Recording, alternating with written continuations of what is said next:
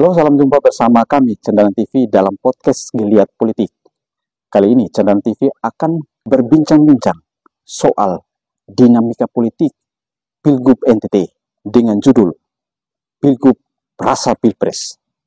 Nah, untuk berdiskusi jauh lebih dalam soal dinamika Pilgub NTT kali ini, kita akan berbincang-bincang dengan pakar politik sekaligus akademisi Unwira Kupang. Seperti apa diskusi kita? Ayo ikuti selengkapnya. Siang Pak Marianus, apa kabar? Baik. Bagaimana kerja hari ini? Ya, saya baru habis mengajar dan senang ketemu anak-anak hari pertama. Hari pertama. Ya.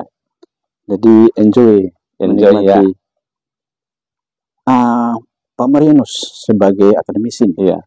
melihat situasi politik NTT saat ini yang berkembang bahwa KPU barusan membuka pendaftaran dan ada 3 paket yang resmi mendaftar. Iya. Ada paket Melki Lakalena dan Joni Asedoma. Iya. Lalu Simon Petrus Kamlasi dan Adrianus Garu. Dan juga Ansilema dan Jen Natalia. Iya. Dengan hiruk pikuk dan dinamika politik yang sangat berbeda. Iya. Seperti apa Bapak melihat kondisi politik NTT saat ini? Iya, kalau dalam pandangan saya, meskipun ketiga paket ini mempunyai latar belakang yang sedikit berbeda, elektabilitas calon itu bergantung pada hal-hal yang sama. Jadi kita ngomong agama, etnisitas, pengalaman berpemerintahan, dan relasi-relasi kemasyarakatan yang dibangun baik berdasarkan hubungan darah, maupun berdasarkan relasi-relasi sosial yang terjadi dalam pekerjaan. Ya. Lalu masyarakat NTT ini sekarang tuh melihat Pilgub seperti judul kita bahwa Pilgub Rasa Pilpres. Artinya euforia kali ini tuh jauh lebih tinggi. Seperti apa Pak Marianus melihat ini? Iya, jadi begini ya. Prabowo kan didukung oleh koalisi besar ya. Koalisi Kim. Iya. Koalisi besar dan orang daerah tentu merasa mantap apabila pola yang terjadi di pusat itu bisa diulangi di daerah untuk mempermudah komunikasi. Jadi saya jelaskan misalnya begini ya, tahun 71 itu Partai Katolik menang. Mestinya Bung Karnis menjadi gubernur. Tetapi mengapa bukan Bung Karnis tapi El Tare? Karena orang Katolik berpandangan kita di pusat hanya 3 kursi, sementara Parkindo itu 7 kursi. Akan jauh lebih afdol kalau kita memasang orang Kristen supaya komunikasi dengan Parkindo itu lebih mulus dan lobby-lobby politik baik menyangkut kepentingan posisi maupun alokasi anggaran juga lebih mudah. Jadi itulah yang menjadi sebuah ilustrasi mengapa kalau pola yang terjadi di pusat itu terulangi lagi di daerah. Dan kalau kita lihat situasi politik saat ini Pak Marianus, bahwa kandidat yang maju ini pada muda-muda semua. Dan apa yang Pak Marianus melihat dari ini? Apakah menampilkan suatu gaya baru politik ataukah seperti apa? Sebetulnya kader muda itu biasa ya. Jadi misalnya Frans Leburaya waktu itu juga muda. Zaman dulu El Tare juga muda. Ben Boy juga muda, artinya umur 40 menjelang 50. Itu umur-umur pas. Umur pas menjadi seorang pemimpin atau menjadi seorang kepala daerah. Bahkan kalau kita lihat sejarah Indonesia ya, Soekarno itu kan menjadi presiden pada tahun 45 ketika dia berusia 44. Pak Harto itu kalau katakanlah naik 68, itu umur 47. Jadi umur-umur itulah umur yang pantas menjadi pemimpin. Artinya kalau kita ngomong pada level gereja juga sama. Pada level gereja, karena Pak Terbudi baru menjadi Uskup Agung ND, di sini ada Masyur Hilarus Pakai Noni, umur-umur di bawah 50 atau di atas, sedikit di atas 50 itu dianggap ideal supaya secara fisik dia itu fit, secara mental dan secara intelektual juga segar bersigar. Jadi artinya bahwa NTT membutuhkan figur muda saat ini untuk bisa memimpin NTT. Tapi kalau kita melihat dari dinamika yang sekarang dibangun. Contohnya seperti kemarin pendaftaran, bahwa ketiga paket ini sangat ketat saat pendaftaran, bahwa mereka menyandingkan massa yang sangat luar biasa. Nah, ini apa yang ingin dipertontonkan untuk masyarakat NTT melihat? Apakah dengan gaya seperti ini bisa memenangkan pilgub atau seperti apa menurut Pak Marianus? Begini ya, kemenangan itu bergantung dari beberapa variabel. Tadi saya sudah katakan ada variabel agama. Kita ngomong agama misalnya ya. NTT ini kan sekitar 53,61% itu Katolik. Protestan itu 36,8. Islam itu hampir 10%, 9,44. Sedikit Hindu. Jadi kalau kita ngomong agama, maka kolaborasi Katolik dan Protestan itu mesti dilakukan.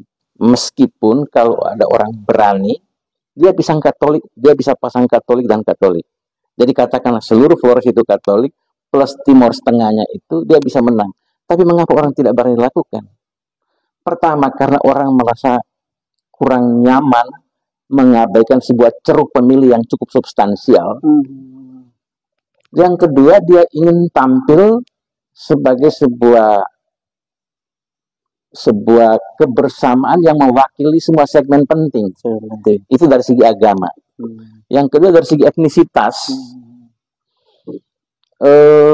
kita sudah lihat dalam sejarah bahwa kalau orang Flores menjadi gubernur, wakilnya Timor atau Sumba atau pulau-pulau lain sekitarnya. Kalau gubernurnya Timor, pasti wakilnya dari Flores. Keseimbangan seperti itulah yang berusaha dijaga. Jadi kalau kita lihat misalnya Ansi dengan Flores, Natalia, maaf saya ngomong salah. Melki dari Flores berpasangan dengan Julia Serdoma dari Alor. Satu Flores, satu Alor.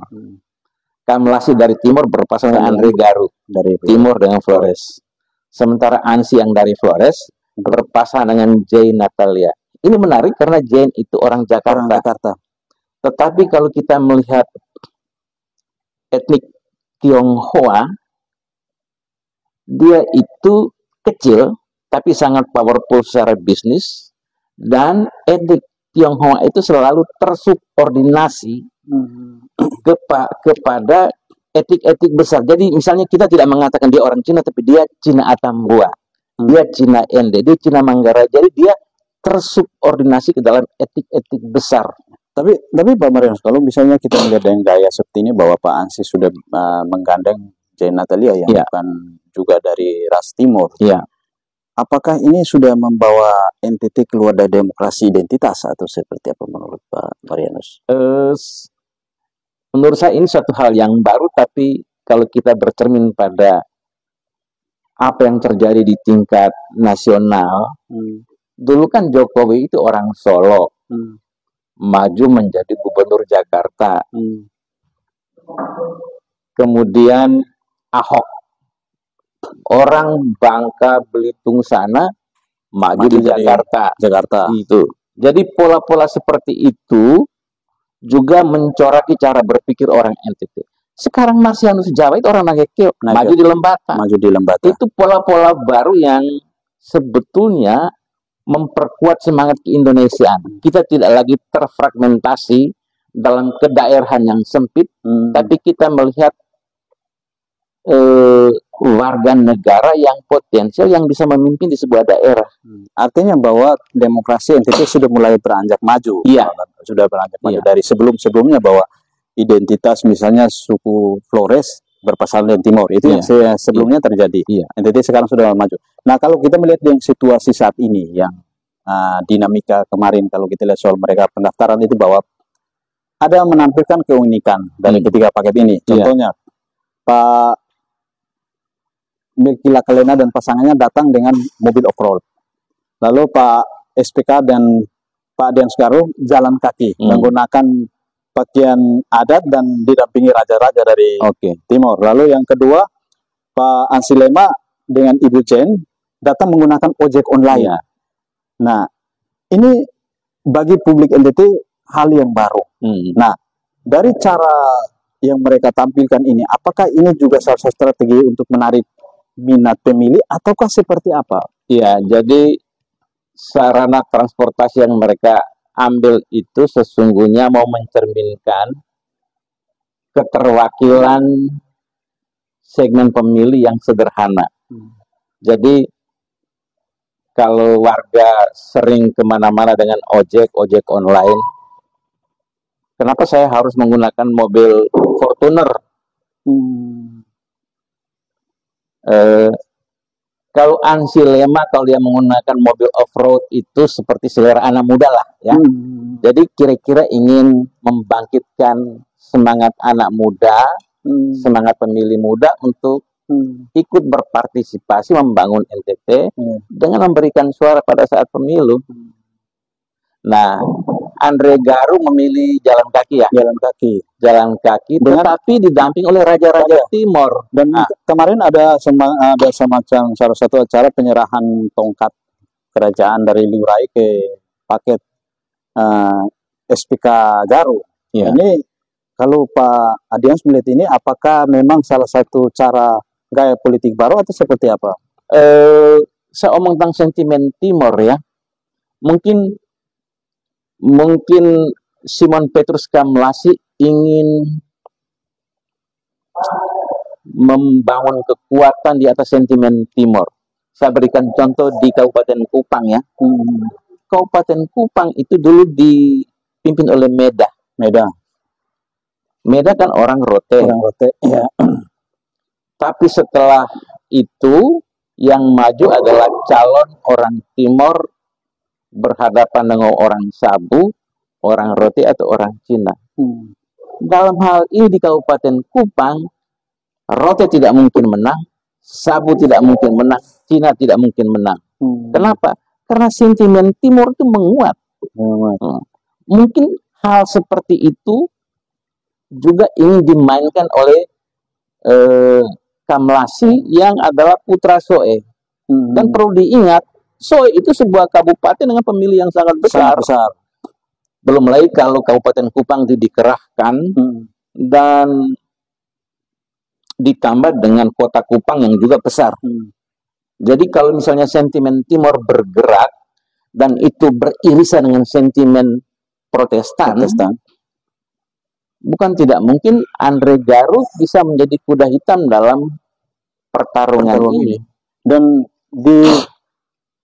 disinyalir paket yang memang berpeluang besar, masa melihat bahwa menggandeng dari timur dan punya kekuatan besar di Flores Manggarai, yang juga punya Manggarai Raya itu memiliki pemilih yang cukup banyak dan TTS. Apakah itu juga menjamin kemenangan? Iya, Manggarai ini juga sebuah, Manggarai Raya itu kan Manggarai Barat, Manggarai Timur itu pemilih besar. Dan kalau kita ngomong di Kupang, mengapa Yonas Salean memilih Halo Soekardan? Karena memang pemilih Manggarai besar juga ada di kota Kupang. Nah, tentang ketiga gubernur ini dalam kaitan dengan Manggarai itu ada dinamika tersendiri ya. Kenapa?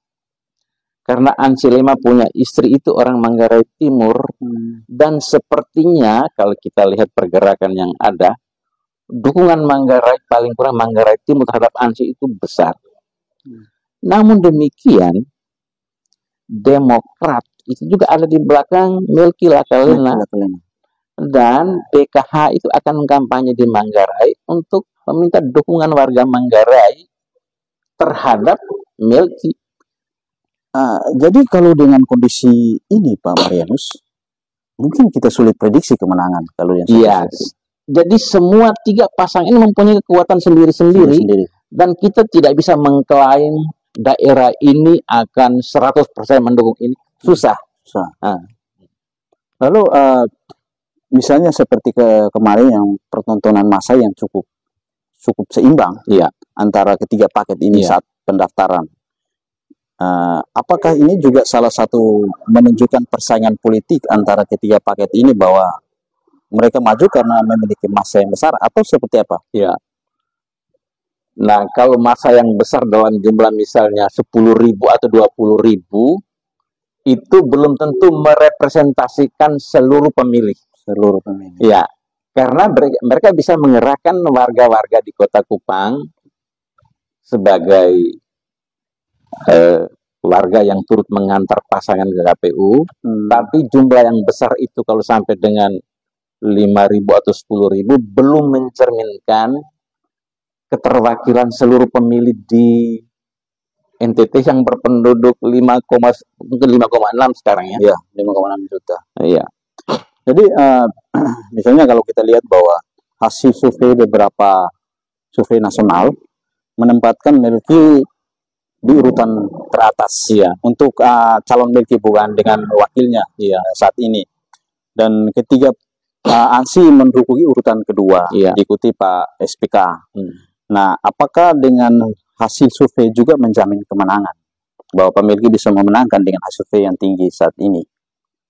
Kalau kita lihat sejarah survei yang dilakukan oleh lembaga-lembaga surveyor itu, jadi lembaga-lembaga yang punya reputasi dalam melakukan polling atau survei, itu hasilnya itu tidak beda-beda amat dengan hasil dalam pemilu legislatif maupun pemilu kada.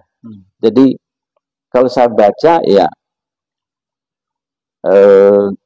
survei yang mereka lakukan atau polling yang mereka lakukan itu hasilnya itu tidak beda-beda amat dengan misalnya exit poll. Exit poll itu hampir sama. Hampir sama. Jadi ada 5 survei yang menempatkan Pak Melki di atas dengan beda tidak terlalu banyak sih dengan kondisi saat ini.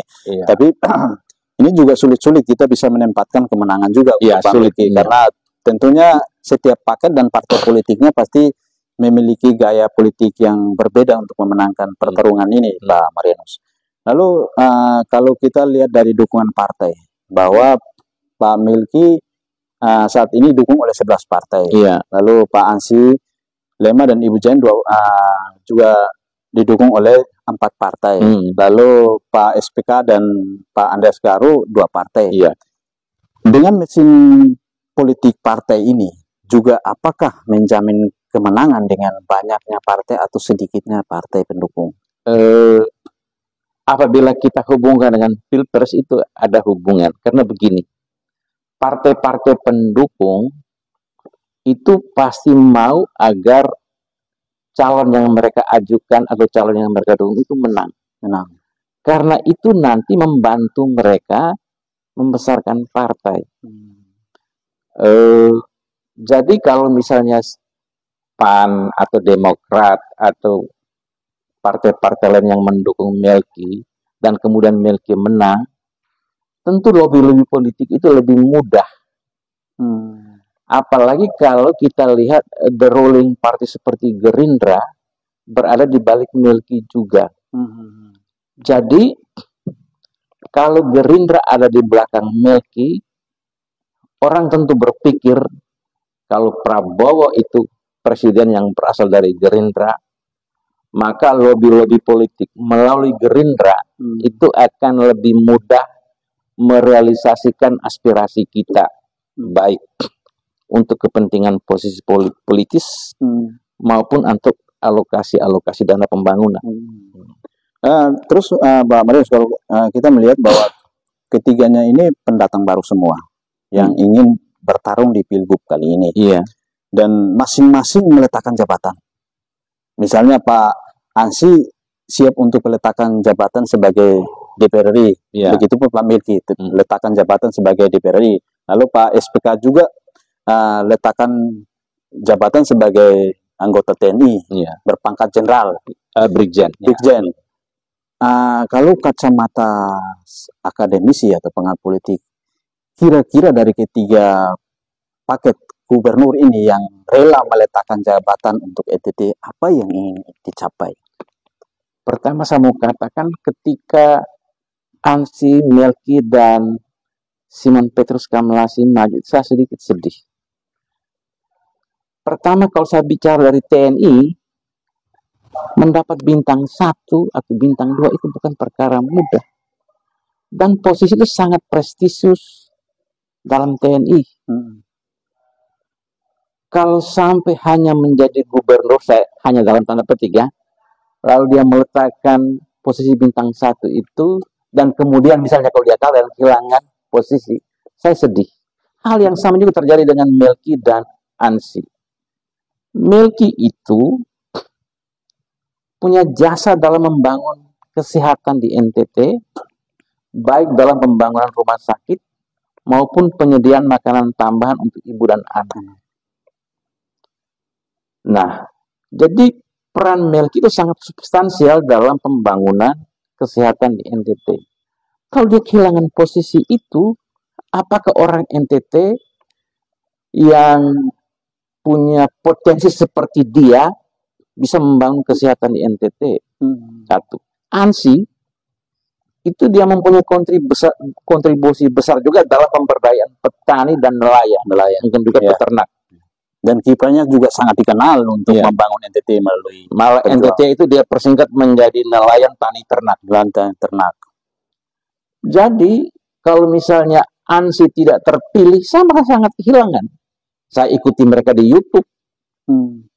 Jadi mereka bicara dengan sangat lugas, berani, logis, penuh argumentasi yang kuat.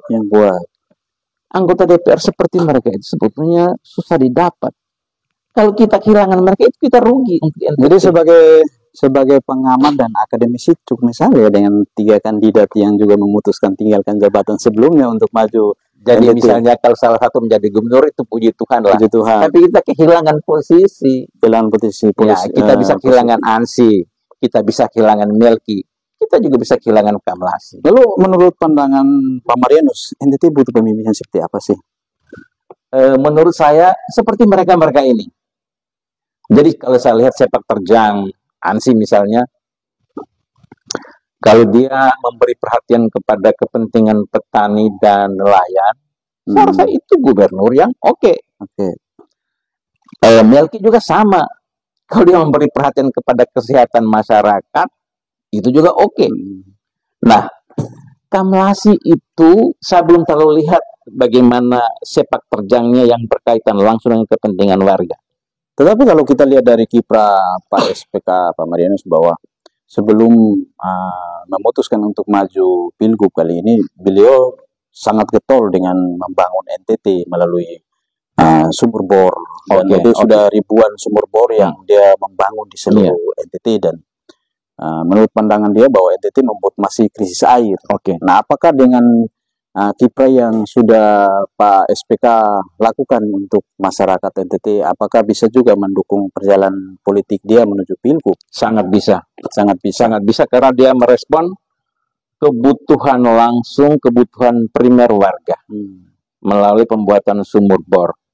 Saya tadi ngomong apa ya, rekrutmen anak-anak karena itu sangat spesifik TNI.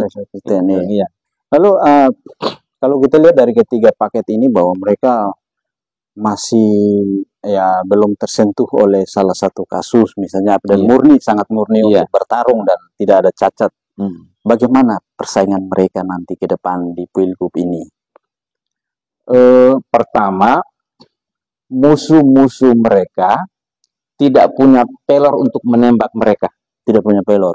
Artinya mereka bisa bermain bebas untuk Pilgub ini. Baik. Jadi sebagai calon yang belum tersentuh kasus apapun, jadi perjuangan mereka itu akan tidak terhalang oleh kasus-kasus hukum ya. Kiprah mereka dalam pemberdayaan warga melalui bidang-bidang mereka juga cukup kuat. Dukungan seperti yang kita bicarakan dari tadi itu juga kuat. Jadi kita tidak bisa mengatakan yang ini lebih kuat dari ini lebih kuat dari ini. Tapi satu hal yang saya mau katakan ialah mungkin faktor the ruling party itu akan memotivasi partai-partai pendukung untuk memenangkan kader yang didukung oleh the ruling party. Kira-kira begitu. Jadi ini memang kita sulit prediksi ya untuk ketiga ini. Lalu Pak Marianus melihat bagaimana dukungan dari para wakil ini untuk bisa mendongkrak kemenangan. Kalau kita lihat gubernur ini sudah punya potensial, ketiganya potensial sekali untuk memenangkan. Tergantung adu strategi dari partai politik dan tim pemenang. Nah, kalau dukungan dari ketiga wakilnya ini seperti apa? Jadi misalnya untuk Joni Asadoma ya. Pertama, kalau berkaitan dengan etnisitas, Alor itu ada potensi untuk mendukung Joni Asadoma. Yang kedua, sebagai mantan Kapolda, apakah Babin Kamtipmas itu bisa dimobilisasi untuk mendorong warga memberikan dukungan? Saya tahu polisi tidak boleh berpolitik, tentara juga tidak boleh berpolitik. Namun demikian, kerja-kerja senyap dan pembicaraan-pembicaraan senyap bukan tidak mungkin dilakukan. Hal yang sama juga terjadi dengan Kamlasi. Tapi itu akan bertemu dengan Ansi Lema. Mengapa? Kamlasi itu jenderal bintang 1 ya. Pertanyaan kita, apakah Babinsa itu bisa dimobilisasi melalui operasi senyap untuk memberikan, untuk menggalang kekuatan pada masyarakat desa, memberikan dukungan?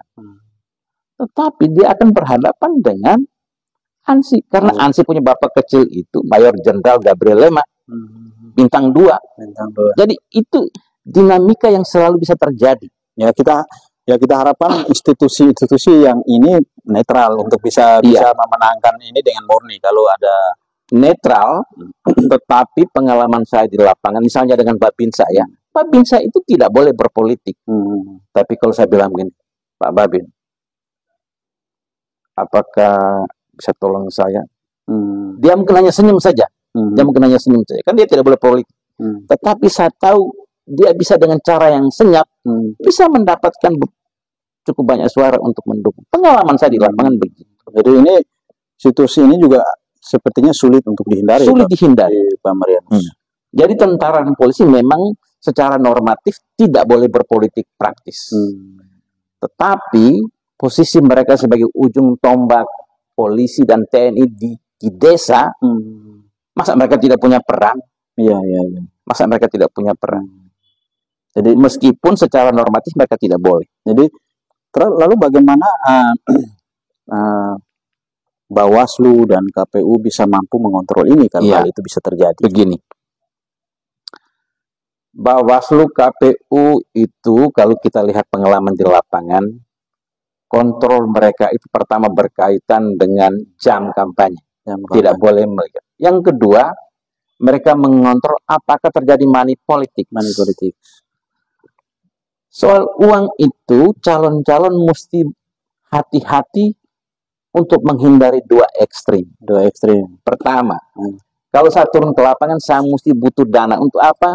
Ya untuk transportasi, untuk snack, untuk makan, dan mungkin juga untuk uang bemo warga. Uang tidak boleh terlalu sedikit dikeluarkan untuk memberi kesan kikir. Kalau lu hanya kasih sedikit, lu kikir. Tetapi kalau terlalu banyak, itu gratifikasi. Dan akan ditegur oleh Panwaslu, Bawaslu, dan seterusnya. Jadi, hati-hati menggunakan uang. Pertama, jangan sampai mendapat kesan kikir, tapi jangan juga memberi kesan gratifikasi. Jadi, bagaimana bisa harus menghapus black campaign atau politik uang yang juga menjadi salah satu sistem berbahaya dalam demokrasi ini, Pak Marianus? Jadi sejauh saya lihat dari ketiga calon ini tidak ada yang sangat kaya untuk bisa menggelontorkan uang dalam jumlah yang sangat besar. Kurang lebih hampir seimbang potensi-potensi mereka. Sehingga saya rasa dari segi itu mereka bisa cukup fair, tidak saling menjegal dengan uang karena masing-masing punya jumlah uang yang tidak kurang tapi tidak juga terlalu banyak untuk bisa. Saya tambah sedikit tadi omong tentang potensi wakil ya. Misalnya Jane Natalia, dia itu kan berpendidikan finance dan pernah memimpin perusahaan. Itu akan sangat membantu Ansi Lema dalam pengelolaan uang provinsi ketika kita itu dililit utang mendekati 1 T. Jadi kearifan dia dalam memimpin perusahaan, pendidikan dia dalam bidang finance dan accounting itu sangat membantu Ansi dalam pengelolaan uang. Kalau kita ngomong Andre Garu itu kan punya pengalaman sebagai anggota DPRD Kabupaten Manggarai dan anggota DPD. Sebagai anggota DPD tentu yang bisa disumbangkan oleh Andre Garu adalah sejauh mana dia memobilisasi para pendukungnya dulu yang memilih dia untuk menjadi senator, untuk sekarang memberikan dukungan kepada pasangan Simon Petrus Kamlasi dan dirinya. Lalu kalau kita melihat dengan situasi NTT saat ini dengan berbagai gejolak pembangunan yang juga masih sangat keterbelakangan, jadi nasional ya, NTT ini masih tergolong daerah yang sangat miskin. Dengan ketiga calon ini, apa yang perlu dimainkan untuk bisa menjawab itu? Ya, jadi saya rasa karena NTT itu mayoritas dana pembangunannya berasal dari Jakarta, maka lobby-lobby ke pusat itu harus kuat agar dana bisa digelontorkan secara maksimal ke daerah ini guna pembangunan. Baik Ansi maupun Melki sudah berpengalaman di Jakarta, dan Kamlasi sebagai Jenderal Bintang 1 tentu juga punya akses kepada pergaulan tingkat elit di Jakarta. Jadi ketiga orang ini tentu bisa memainkan perannya ketika mereka berada di Jakarta dan memainkan perannya sebagai anggota legislatif. Bagaimana mereka bisa melakukan lobby-lobby politik agar dana-dana pusat itu bisa digelontorkan ke daerah untuk pembangunan di daerah. Lalu Pak Menes, kalau kita diskusi panjang lebar soal pemilih, ada yang namanya pemilih pemula, yang rata-rata pemilih dan memilih tanpa analisa bahwa siapa yang harus dia pilih. Dan pemilih pemula itu cukup banyak, generasi muda ini cukup banyak. Seperti apa salon ini bisa menggait pemilih pemula untuk jatuh kepada setiap paket ini? Saat ini dicoba dengan anak-anak semester 1. Saya bilang, kita punya 3 calon, Melki Lakalena, Ansi Lema, dan Simon Petrus Kamlasi. Kamu pilih yang mana? Anak-anak itu belum tahu kemana mereka harus memilih. Jadi, di situ mereka harus pandai-pandai memainkan sentimen anak muda sehingga mereka tertarik untuk menjatuhkan pilihannya pada calon tertentu. Lalu kalau Pak Marianus melihat ini dari ketiga paket ini, siapa yang sudah pandai melakukan ini untuk merebut pemilih pemula? Jadi dalam pendaftaran kemarin sesungguhnya masing-masing punya cara itu ya. Dan misalnya Melki kalau dengan off-road itu kan anak muda. Lalu Ansi dengan ojek online. Ojek online itu anak muda sekaligus sederhana. Jadi bagaimana dia mau mencitrakan dirinya sebagai orang yang mewakili masyarakat kecil. Lalu Pak SPK dengan didampingi raja-raja. Ya. Jadi Pak Simon Petrus Kamlasi, tadi saya sudah omong ya, jadi itu dia sedang memainkan sentimen Timor yang beririsan dengan sentimen Protestan. Jadi kalau misalnya Soe, Kupang, kota Kupang bersatu, bukan kecil suara itu Pak. Jadi ada yang mengatakan bahwa ketika TTS Manggarai bersatu full, Pak SPK dan Adi Hussein menang. Apa itu bisa menjamin Pak Marianus dengan opini yang berkembang? Itu belum tentu demikian karena Manggarai ini menjadi daerah perebutan ya.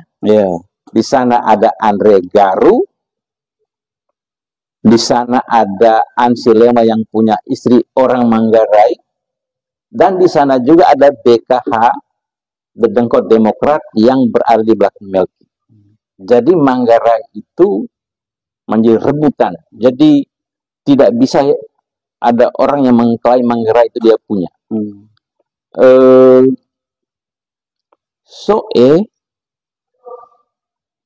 itu memang wilayah, boleh kita katakan wilayah Kamlasi. Tetapi harus diingat, di sana ada di sana ada Emi Nombleni. Dan Emi Nombleni punya suara besar, dan Emi Nombleni pasti berada di belakang Ansi. Dan Ince Sayuna dari Golkar, Pak Melki. Ya, Ince Sayuna dari Golkar untuk Melki. Untuk Melki. Ya. Jadi tentunya konstelasi politik di setiap daerah tidak mutlak untuk memenangkan satu paket. Iya. Lalu strategi apa yang perlu mereka lakukan untuk bisa mendulang kemenangan menurut penglihatan Pak Marianus sendiri?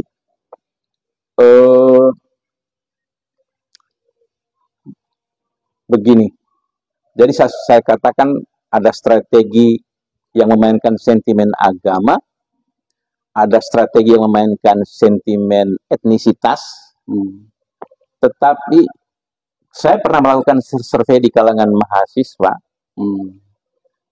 Untuk mahasiswa dan pemilih rasional, itu faktor agama tidak penting, faktor etnik tidak penting, faktor partai juga tidak penting. Yang terpenting bagi pemilih rasional adalah faktor pengalaman berpemerintahan dan sejauh mana pengalamannya di pemerintahan itu berdampak pada peningkatan kesejahteraan rakyat. Jadi kalau saya melihat segmen pemilih rasional yang sebetulnya agak di bawah pemilih tradisional, ya. Kalau kita memainkan sentimen rasional, maka masing-masing pihak itu harus menonjolkan apa tindakan konkret apa, program konkret apa yang telah mereka lakukan bagi peningkatan kesejahteraan orang NTT. Apakah itu sumur bor? Apakah itu pertanian peternakan? Apakah itu kesehatan? Masing-masing punya kartu yang kuat. Jadi melakukan intervensi kebijakan politik di waktu menjabat bisa memainkan itu di tengah masyarakat. Tapi apakah itu menjamin kemenangan, Pak Marianus? Untuk pemilih rasional itu menjamin. Pada akhirnya itu, kalau saya lihat pengalaman konkret pemilu legislatif atau eksekutif juga, pada akhirnya uang yang bermain. Tetapi di sini kita mesti hati-hati. Jangan sampai kita dituduh melakukan money politics, baik dalam bentuk suap maupun dalam bentuk gratifikasi. Jadi kalau kita melihat dari latar belakang dari contohnya Pak Melki dan Pak Ansi yang kemarin sudah 2 periode menjabat sebagai anggota DPR RI dan berasal dari Dapil 2 NTT. Artinya bahwa ini orang Flores tetapi mengambil Dapil 2 dari wilayah timur, tapi menang. Apakah dengan dasar itu membuat Pak Melki dan Pak Ansi meyakini bahwa bisa meraup banyak suara dari timur? Oke. Jadi misalnya kalau kita ngomong asal usul ya, Ansi itu memang ND Bapak, tapi dia pendenek ke Malaka. Jadi dari segi itu kita bisa mengatakan bahwa tidak selamanya basis etnisitas dan basis agama itu menjadi sumber dukungan. Dari segi ini ya. Tetapi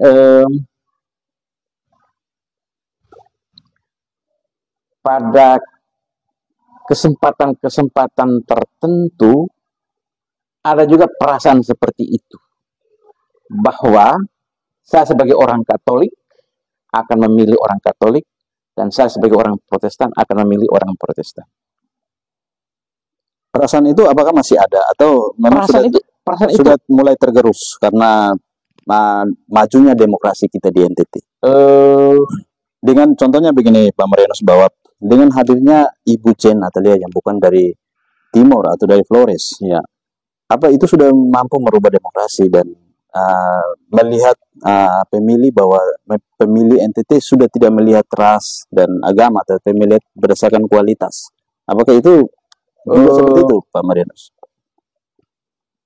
Jadi sentimen-sentimen agama, sentimen-sentimen etnisitas, sentimen-sentimen kedaerahan itu sesungguhnya masih cukup kuat.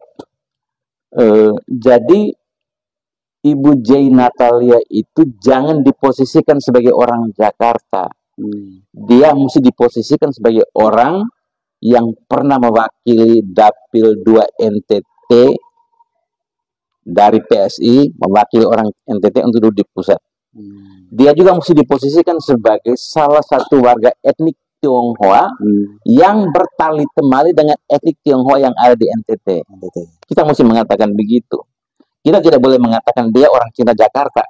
Jadi kita harus mampu menghilangkan politik identitas, bahwa ketiga paket kita yang maju ini memang mewakili masyarakat NTT dan ingin maju untuk membawa perubahan untuk. Itu yang mungkin Pak Marianus lihat, atau seperti apa? Iya. Jadi memang baik Melki, Ansi maupun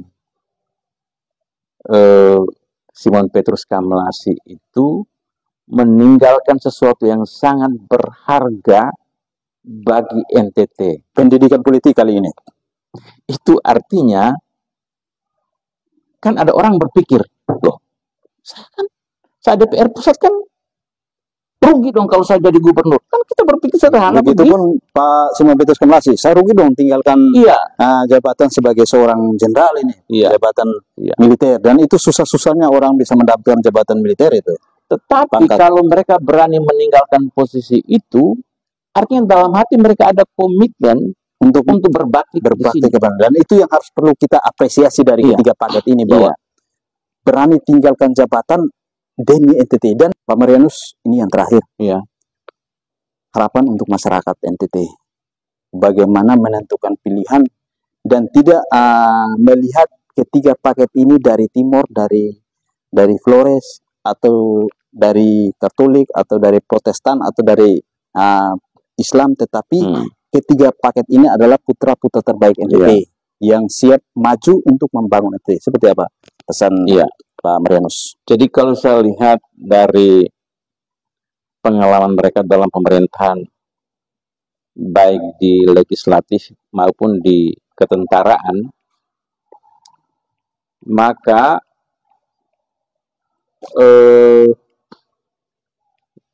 yang harus dilakukan masyarakat ialah memilih orang yang menurut mereka paling optimal berkontribusi bagi peningkatan kesejahteraan rakyat di semua lini. Apakah itu pendidikan, apakah itu perdagangan, apa itu kesehatan, apakah itu pertanian, peternakan. Jadi mereka mesti membuat penilaian kritis dari ketiga calon ini, mana yang paling potensial bisa mendatangkan kesejahteraan, bisa mendatangkan peningkatan kesejahteraan secara maksimal bagi warga NTT yang 20% itu masih hidup di bawah garis kemiskinan. Dan itu menjadi PR besar buat ketiga paket ini, untuk bisa mampu mengeluarkan NTT dari ketertinggalan, ketermiskinan di Indonesia. Dan ini harapan dari masyarakat NTT secara keseluruhan. Baik Pak Marianus, sepertinya diskusi kita masih menarik, tapi kita sudah berada pada penghujung acara ini. Terima kasih Pak Marianus atas waktu dan kesempatan sudah bisa hadir dalam podcast Cendana TV Suara Anak Flormora. Semoga kita bisa berjumpa lagi dalam podcast selanjutnya Pak Marianus. Baik, terima kasih pemirsa atas kebersamaan kita dalam podcast Cendana TV Suara Anak Pelosok melalui tema Pilgub Rasa Pilpres. Semoga dengan diskusi kita pada kesempatan ini dapat memberikan kita pendidikan politik dan memilih ketiga paket kita sesuai dengan hati nurani. Bersama saya John Tamono, salam jumpa. Baik,